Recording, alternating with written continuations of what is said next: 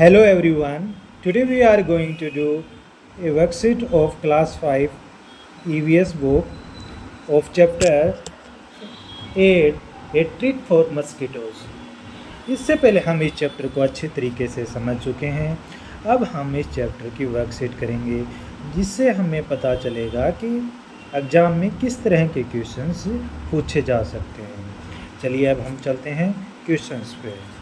हमारे लिए जो पहला क्वेश्चन है वो है ट्रू और फॉल्स का। Right true and false statements. Malaria is spread only by one kind of mosquito. तो ये स्टेटमेंट एकदम सही है। हम जानते हैं कि मलेरिया है वो एक प्रकार के मस्कीटो से फैलता है जिनका नाम है फीमेल एनोफिलिस। तो स्टेटमेंट एकदम ट्रू है। Blood for testing malaria is taken from the place where a mosquito has beaten. ये स्टेटमेंट एकदम फॉल्स है क्योंकि ब्लड कहीं से भी लिया जा सकता है ब्लड टेस्ट के लिए। ये ज़रूरी नहीं है कि आपको जहाँ पे मच्छर ने काटा हो वहीं से आपका ब्लड लिया जाए। तो स्टेटमेंट क्या है? False. Children suffering from anaemia do not grow well and their energy levels are low. तो चिल्ड्रन जो अनीमिया से सफ़र करते हैं, मतलब जिनको अनीमिया हो जाती है, वो उतनी ग्रोथ है उनकी उतनी ज़्यादा नहीं होती और एनर्जी लेवल भी लो रहता है। ये स्टेटमेंट एकदम ट्रू है। In municipal corporation schools health checkups are done और health cards are made for children. तो ये स्टेटमेंट एकदम सही है। Mosquito breed in stagnant water. ये स्टेटमेंट भी एकदम सही है। रुके हुए पानी, जो ठहरा हुआ पानी रहता है, उसी के अंदर मस्कीटो पैदा होते हैं।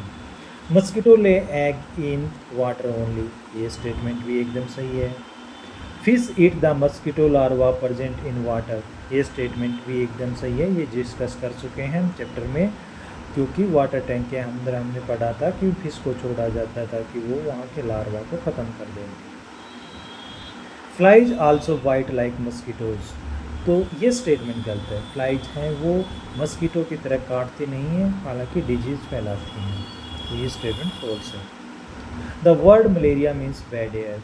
ये स्टेटमेंट भी एकदम सही है। जिस चैप्टर में हमने डिस्कस किया था,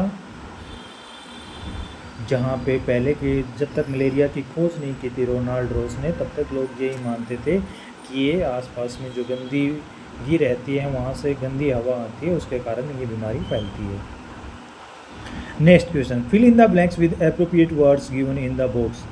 malaria is spread by female mosquito known as Anopheles. आपको ये जो बॉक्स है इसमें से वर्ड सेलेक्ट करके ये fill in the blanks fill करने हैं। तो फर्स्ट क्या हो जाएगा? एनोफिलस। एनोफिलस।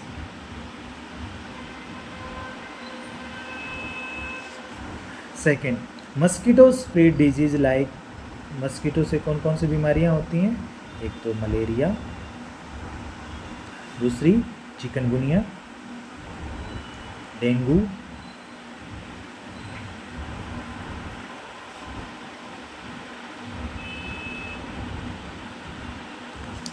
चलिए, the green growth around the stagnated water is made up of. देखिए ये क्वेश्चन आप समझिए, जो पानी ठहरा रहता है उसके आसपास में जो ग्रीन ग्रोथ हो जाती है, या पानी जहाँ पे ठहरा रहता है वहाँ पे उसके सरफेस के ऊपर, तो हमने ये चैप्टर में डिस्कस किया था, उसको क्या कहते हैं? एल्गी। एल्गी। और ये एक तरीके का प्लांट होता है। Apart from mosquito dash also spread many disease. तो मस्कीटो के अलावा और क्या हमने डिस्कस किया था चैप्टर में? फ्लाइज हैं वो भी डिजीज़ फैलाती हैं। Doctor dash found the mosquito spread malaria. किसने, डॉक्टर ने खोज की थी कि जो मलेरिया है वो मस्कीटो के काटने से फैलता है। तो ये हमने पढ़ा है Ronald Ross. Ronald Ross. Dash a dash helps to diagnose malaria. तो मलेरिया का अगर हमें है ये किस तरह से पता चलेगा? तो हमें ब्लड टेस्ट करवाना पड़ेगा, फिर हमें पता चलेगा कि हमें मलेरिया है। The bark of dash tree is use to make medicine for malaria. तो ये भी हम डिस्कस कर चुके हैं। सिनकोना ट्री की जो बार्क होती है वो मलेरिया की दवाई बनाने के काम आती है, cinchona. Ronald Ross got the highest award the dash for his discovery. तो रोनाल्ड रॉस को क्या मिला था? नोबेल प्राइज मिला था। One of the highest award जो माना जाता है, नोबेल प्राइज।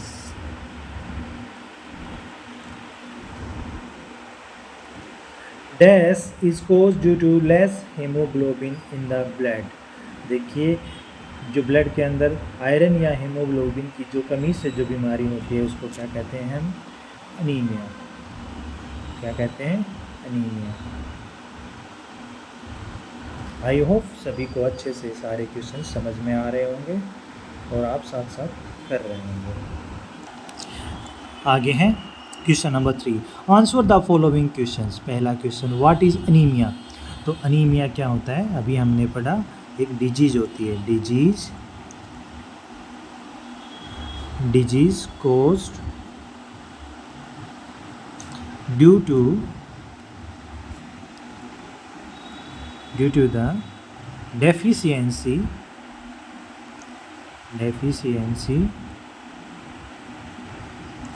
of आयरन, या हम हेमोग्लोबिन भी ले सकते हैं।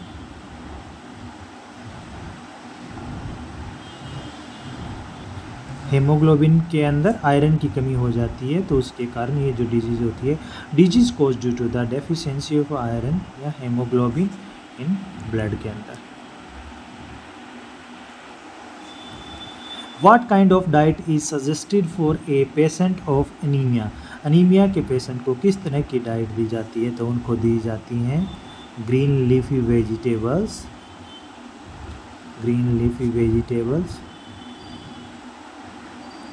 और उसके बाद में दिया जाता है, उनको सजेशन किया जाता है कि आप आंवला खाइए। जैगरी खाने के लिए सजेस्ट किया जाता है,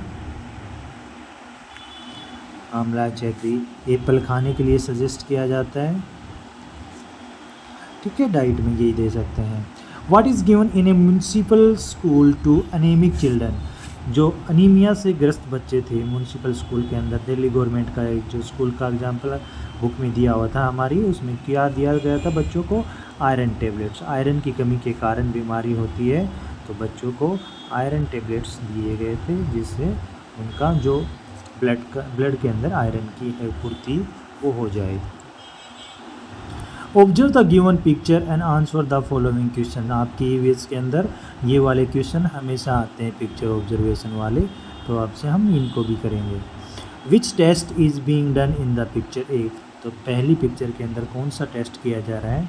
तो ये ब्लड टेस्ट किया जा रहा है। Name the instrument that the doctors is using in picture B. तो पिक्चर बी के अंदर हमने चैप्टर में डिस्कस किया था, दो तरह के इंस्ट्रूमेंट होते हैं। माइक्रोस्कोप है वो यूज़ किया जा रहा है पिक्चर नंबर बी के अंदर, और दो तरह के इंस्ट्रूमेंट होते हैं, माइक्रोस्कोप और टेलीस्कोप। माइक्रोस्कोप छोटी चीज़ को बड़ा देखने के लिए, टेलीस्कोप दूर की चीज़ को पास में देखने के लिए। How can doctors find out that a person has malaria. Doctors को कैसे पता चलता है कि किसी व्यक्ति को मलेरिया है? तो ये उनको जांच में जब उनको मिलता है कि हाँ इनके कोई ब्लड के अंदर पैरासाइट है, तो उससे उनको पता चलता है कि इनको मलेरिया है। when they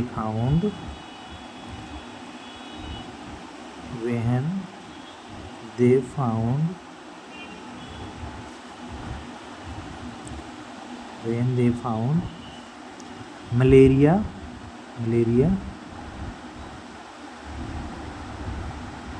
parasite,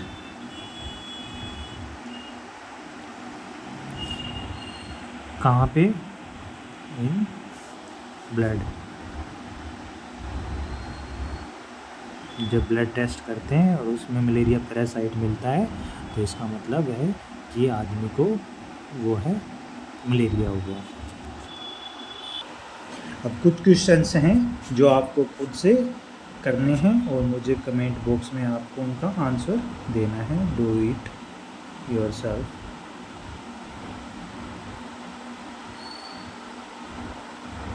ठीक है, पहला क्वेश्चन आप लोगों के लिए,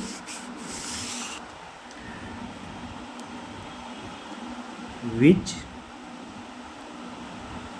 diseases are spread by mosquitoes?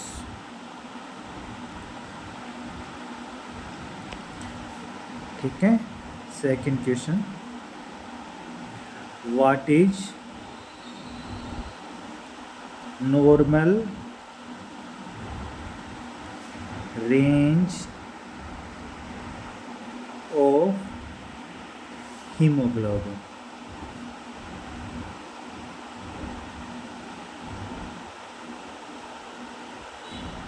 आपको बताना है नॉर्मल रेंज हीमोग्लोबिन की ह्यूमन बॉडी के अंदर कितनी होती है। ठीक है, इन दोनों क्वेश्चंस का आंसर आपको कमेंट बॉक्स में करना है। अगर वीडियो अच्छी लगी हो तो लाइक एंड सब्सक्राइब करें। That's all from my side. Have a good day.